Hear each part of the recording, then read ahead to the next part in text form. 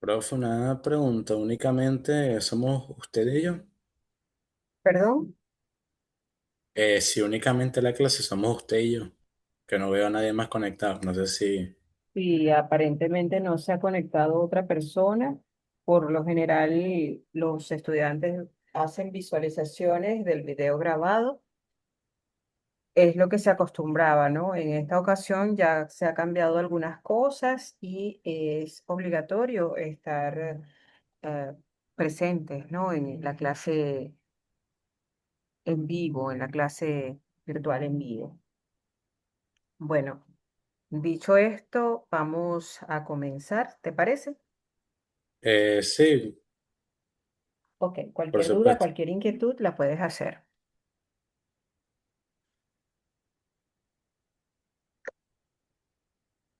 A ver, creo que se acercó alguien. Ajá. Comenzamos. ¿Es la comunicación un simple intercambio de información o es el sistema nervioso que determina si una sociedad progresa o se estanca?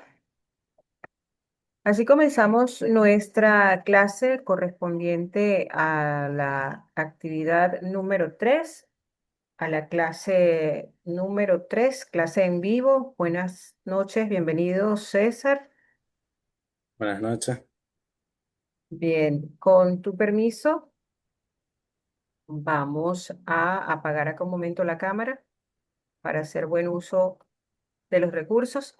Vamos a comenzar paseándonos por el aula virtual en oratoria. Corresponde esta semana a realizar la entrega de la sumativa número 2 desde el 8 precisamente hasta el 12 de junio. La actividad es una exposición oral. ¿Tienes alguna duda al respecto, César?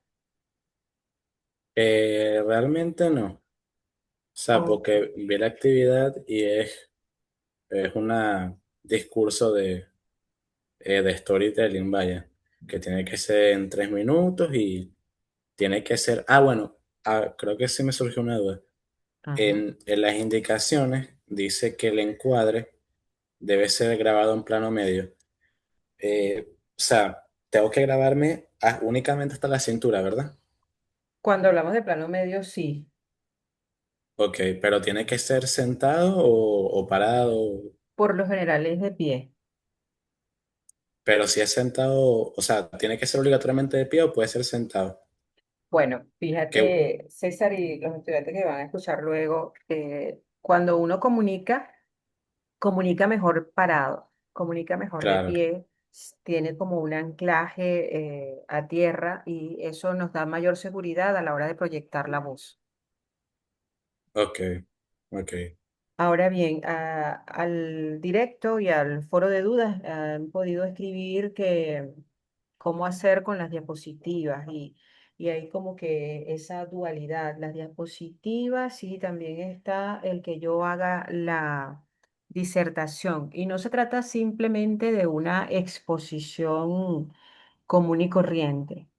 Bien, aquí vamos a hacer un ejercicio tanto de oralidad como también del manejo de las diapositivas como habilidades a desarrollar. Tal vez a la primera no nos salga bien, pero incluso el tratar de incluir, valga la redundancia, el manejo de las diapositivas como un componente transversal en esta actividad nos permite, desde la óptica de la comunicación social, combinar nuestra oralidad, nuestro desempeño oral con el soporte visual. Esto nos va a permitir potenciar nuestro aprendizaje y nuestra oratoria.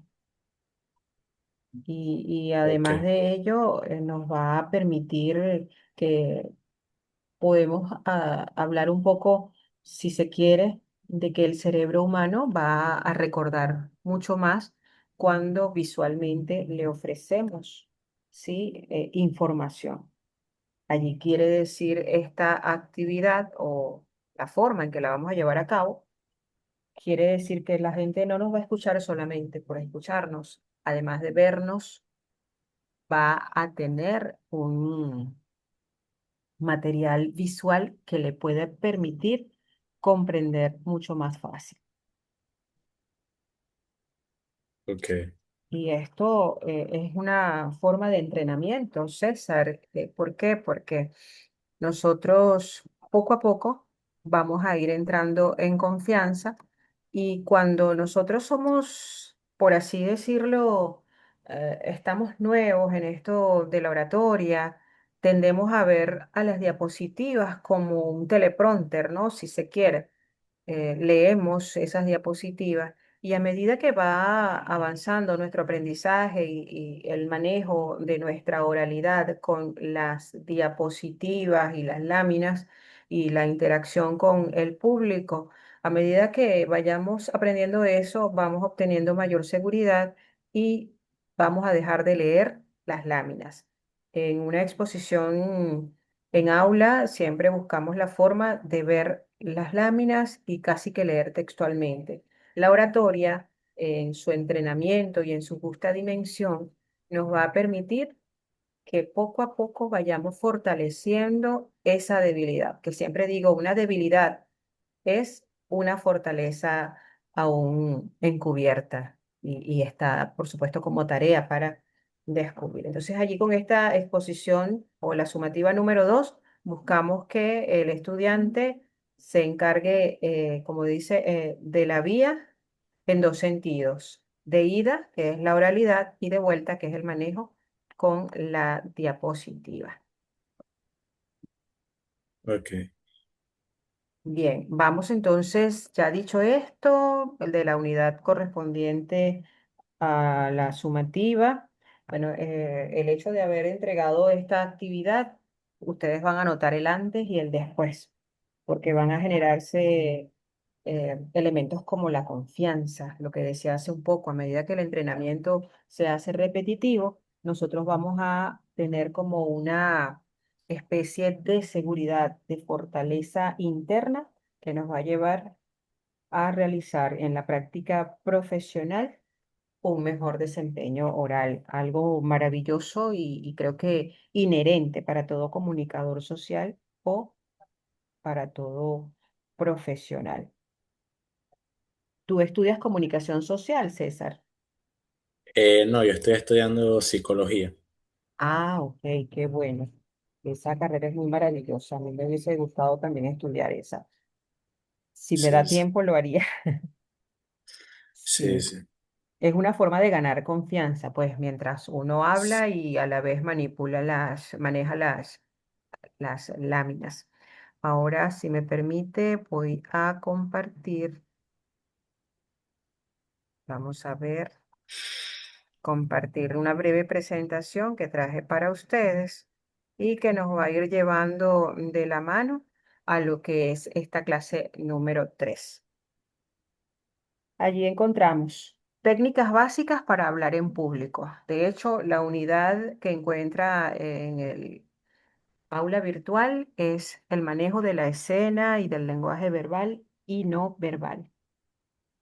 Y es que precisamente conectar con la audiencia, captar la atención y plantar el objetivo de nuestra comunicación ocurre casi que en los primeros 3 segundos de cualquier presentación. Y es que hablar en público no es un don con el que uno nace, sino que también es una habilidad, es una competencia comunicativa que se va entrenando paso a paso y con perseverancia. ¿Sí?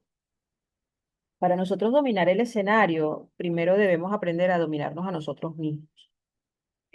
Ustedes, estudiantes de comunicación, de psicología, quise decir, siempre insisten, o los profesionales de la comunicación, de la psicología, insisten en que para comunicar efectivamente con los demás, primero debemos autoconocernos, conocernos a nosotros mismos.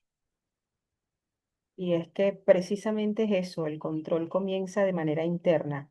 ¿Y cómo lo hacemos? Los comunicadores sociales lo hacemos con y cualquier otra persona que trabaja con el público, con la respiración. Allí comienza todo. De hecho, en la antigua Grecia se decía que eh, la respiración diafragmática, o llamaban al diafragma el centro de nuestras emociones. Se llamaba fresnos, centro de nuestras emociones. Y es justamente la respiración diafragmática con sus ritmos y sus pausas la que nos va a encontrar, si se quiere, esa tranquilidad que necesita nuestras emociones para poder comunicar sin miedo escénico, sin pánico escénico, como se dice muchas veces.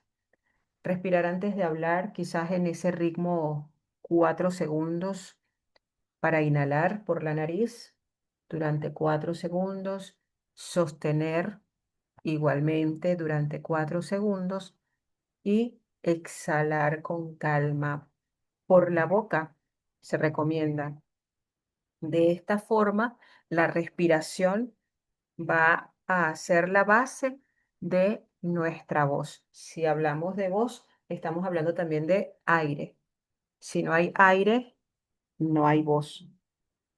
Y esto, además de que sea una técnica que nos va a ayudar a modelar el habla y que nos va a permitir hablar con seguridad sin atropellar las palabras, subrayar esas palabras claves, por así decirlo, darle la inflexión o el énfasis necesario, nos va a permitir comunicar de manera agradable, fluida, sin pánico.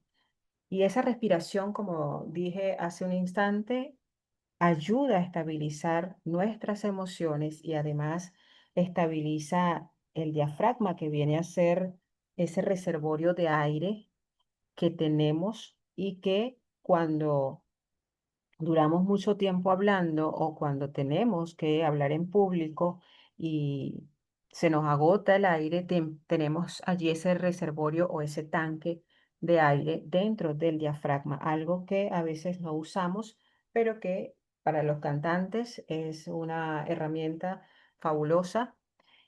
Siempre insisto y pongo el ejemplo, César, de cuando somos niños.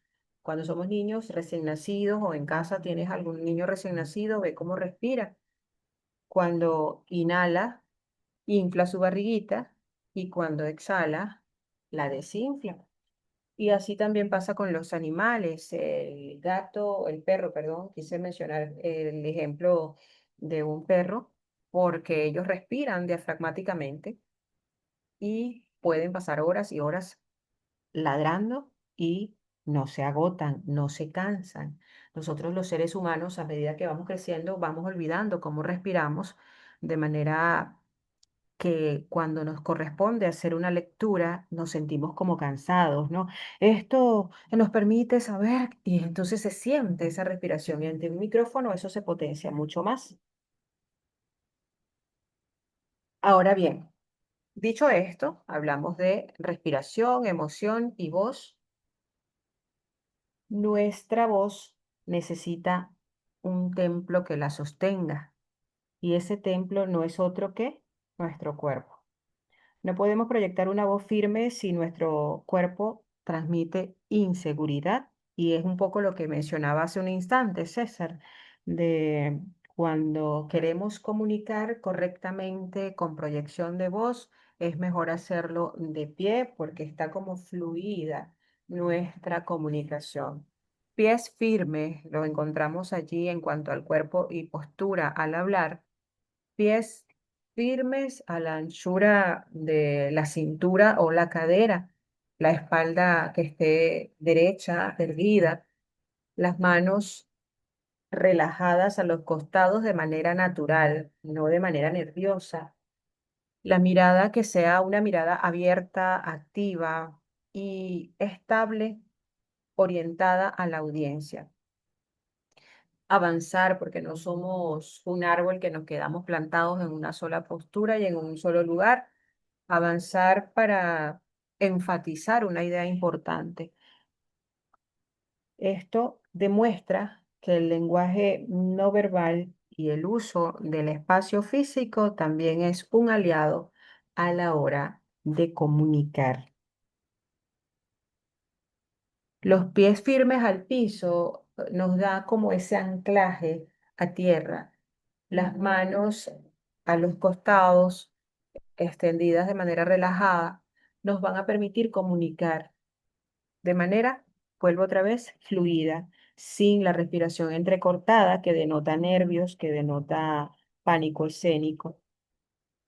Eh, la confianza la lee la gente en lo que nos ve.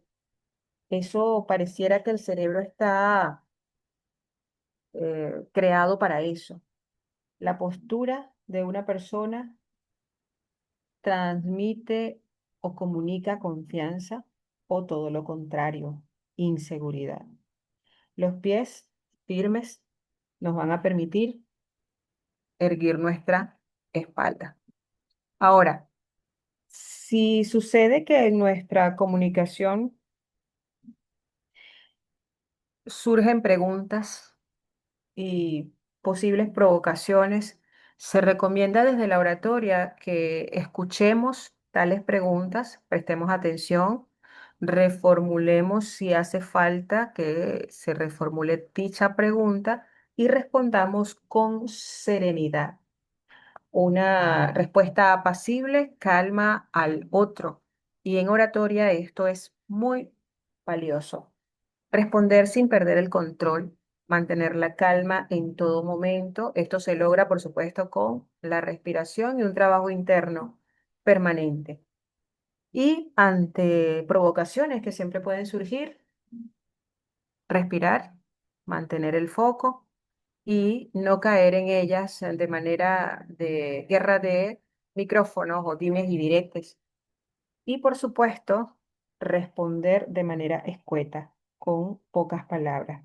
Cuando nosotros dominamos nuestra voz y cuando nosotros dominamos nuestro cuerpo, ya tenemos parte de la oratoria realizada. ¿Por qué? Porque nos ganamos cierto respeto en la audiencia. Sin embargo, la prueba de fuego la tienen todos al momento de las preguntas incómodas.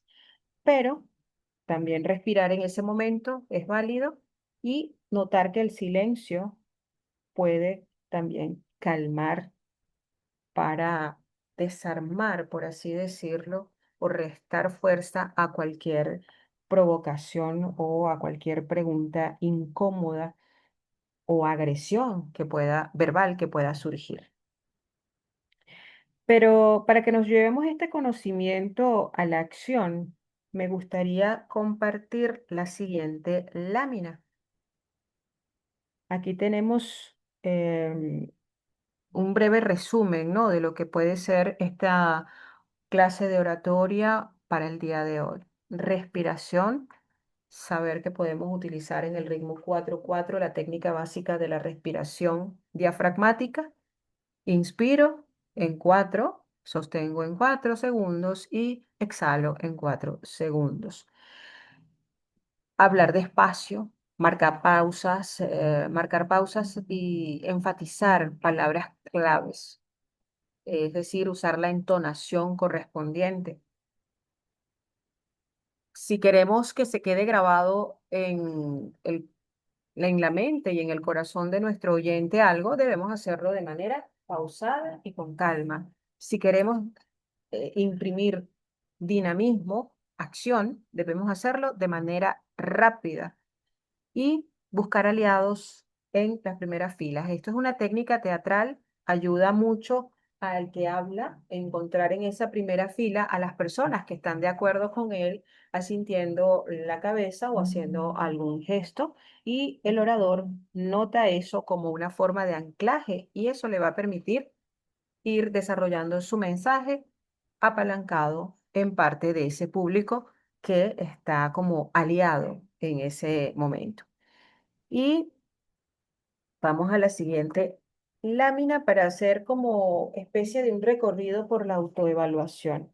Sí, em, la única forma de perfeccionar esa página que acabamos de ver hace un instante, a manera de checklist, la única forma de perfeccionarla es midiendo nuestro propio desempeño.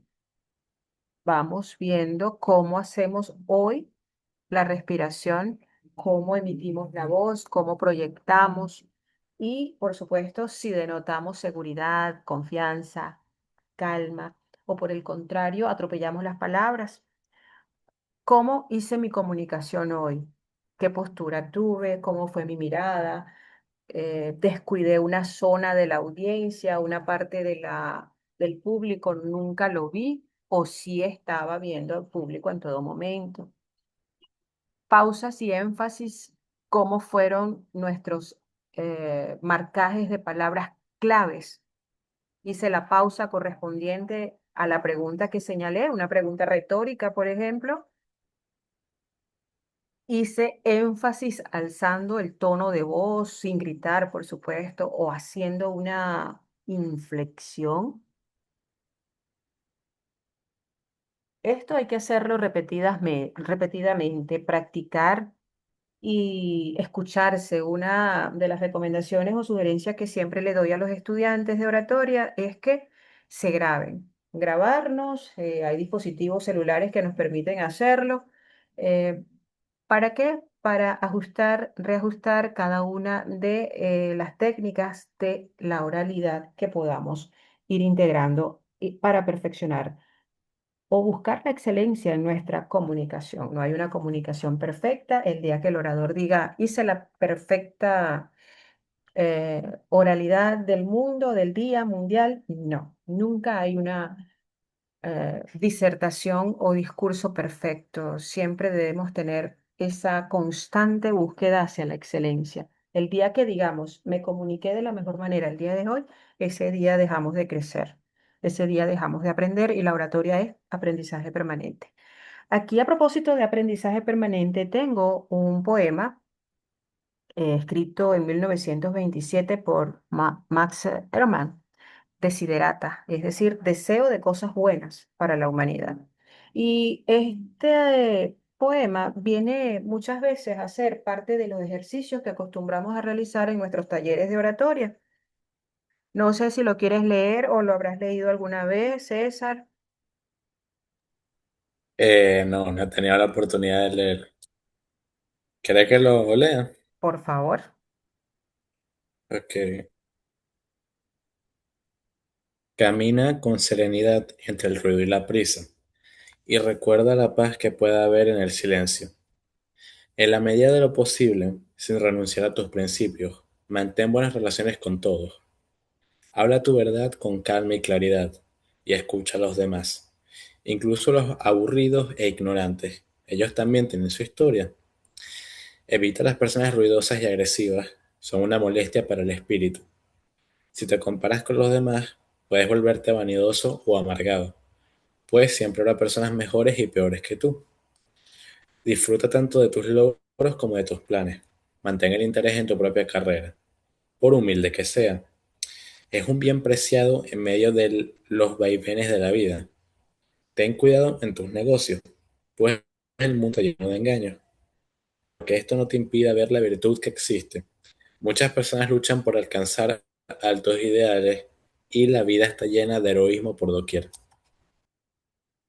Por doquier. Y seguimos en la otra parte. Sé No tú sé si, mismo. ajá, sí, Ya es que está leyendo. Sé tú mismo. Sobre todo, no finjas afecto. Tampoco seas cínico con respecto al amor, pues a pesar de toda la aridez y el desencanto, es tan perenne como la hierba. Acepta con serenidad los consejos de los años, renunciando con gracia a las cosas de la juventud. Cultiva la fortaleza de espíritu para que te proteja ante la adversidad, pero no te agobes con pensamientos negativos. Muchos miedos nacen del cansancio y la soledad. Más allá de una sana disciplina, sea amable contigo mismo. Eres un hijo del universo. Al igual que los árboles y las estrellas, tienes derecho a estar aquí. Y, aunque no lo entiendas, sin duda el universo se desarrolla como debe ser. Por tanto, vive en paz con Dios, sea cual sea tu concepción de Él, y cualquiera que sean tus esfuerzos y aspiraciones, en medio del bullicio de la vida. Mantén la paz en tu alma, con toda su falsedad, su monotonía y sus sueños rotos. Sigue siendo un mundo hermoso. Anímate, esfuérzate por ser feliz. Gracias, César, por tu lectura, muy buena.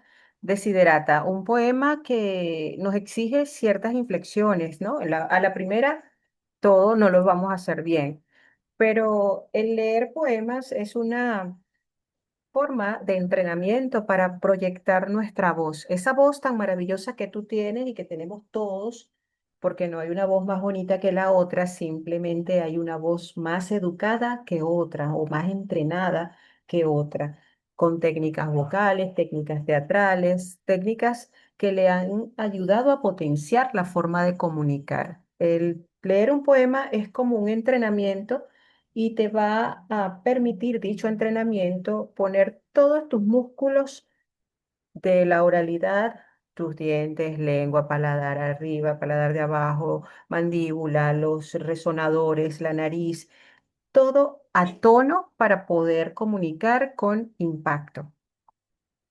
Fíjate que este poema nos pide algo así como que, y aunque no lo entiendas, sin duda el universo se desarrolla como debe ser. Por tanto, vive en paz con Dios, sea cual sea tu concepción de Él, y cualesquiera que sean tus esfuerzos y aspiraciones, en medio del bullicio de la vida, mantén la paz en tu alma. Con toda su falsedad, su monotonía y sus sueños rotos, sigue siendo un mundo hermoso. Anímate, esfuérzate por ser feliz. Fíjate que nos pide ciertas inflexiones, ciertas tonalidades y no la hice muy bien. Sin embargo, es parte también del entrenamiento permanente. Silbar, vocalizar, hacer ese entrenamiento como quien dice detrás de cámara. Y es como precisamente Max Ehrmann nos recuerda a través de su poema, camina con serenidad entre el ruido y la prisa. Habla tu verdad con calma y claridad y escucha a los demás. Y es que en la comunicación social, y creo que en toda profesión que trata con el público, la empatía y la paz del alma son, pero son tan valiosas como la elocuencia técnica. Así que la invitación es, estimado César y estimados estudiantes que luego van a ver esto en diferido, el llamado es a que seamos auténticos, a que cultivemos esa fortaleza de espíritu, comenzando con esa respiración diafragmática y sobre todo esforcémonos por ser feliz. Con este mensaje quizás de humanidad, quisiera pues dar por concluido este encuentro académico de hoy, que es la clase número 3. Cualquier duda, cualquier inquietud, pueden hacerla llegar César y compañeros a través del foro establecido en la plataforma, en el aula virtual.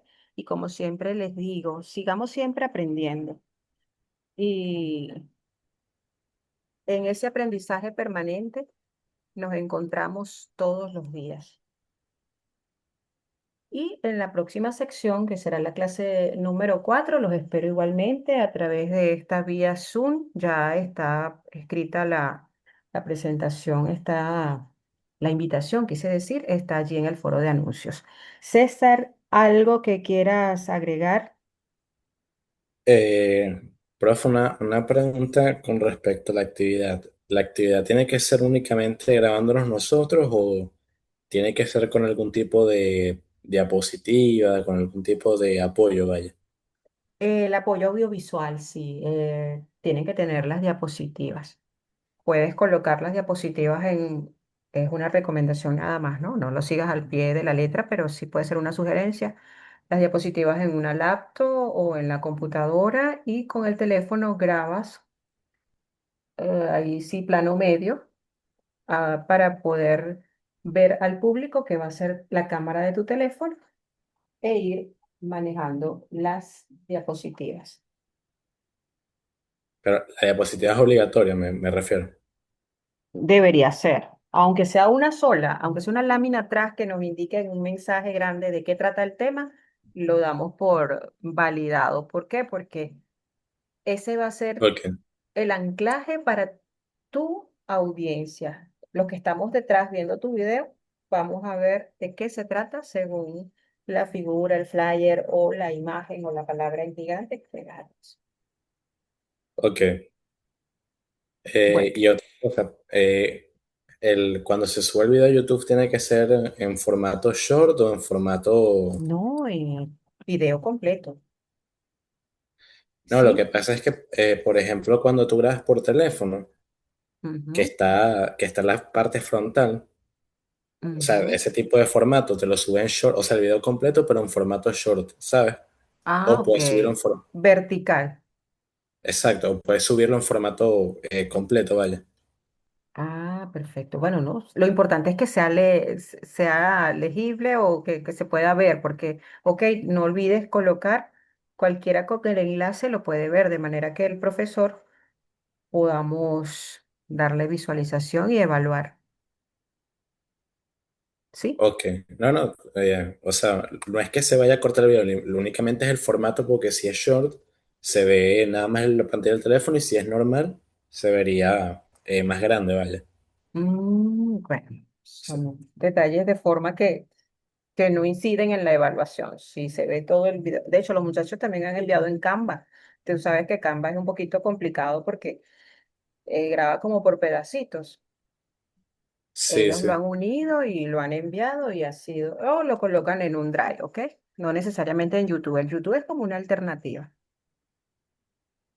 Ok, ok, Bueno, gracias César por estar acá y bueno, con este mensaje, ya quitando algunas dudas al respecto, creo que damos por terminado nuestro encuentro para esta clase de hoy. Espero ok, que te haya profe. sido de utilidad. Sí, profe, de mucha utilidad. Chévere, César. Éxitos académicos y bueno, feliz trimestre 2026. Ok, chao, profesora. Chao, hijo, que estés bien. Igual.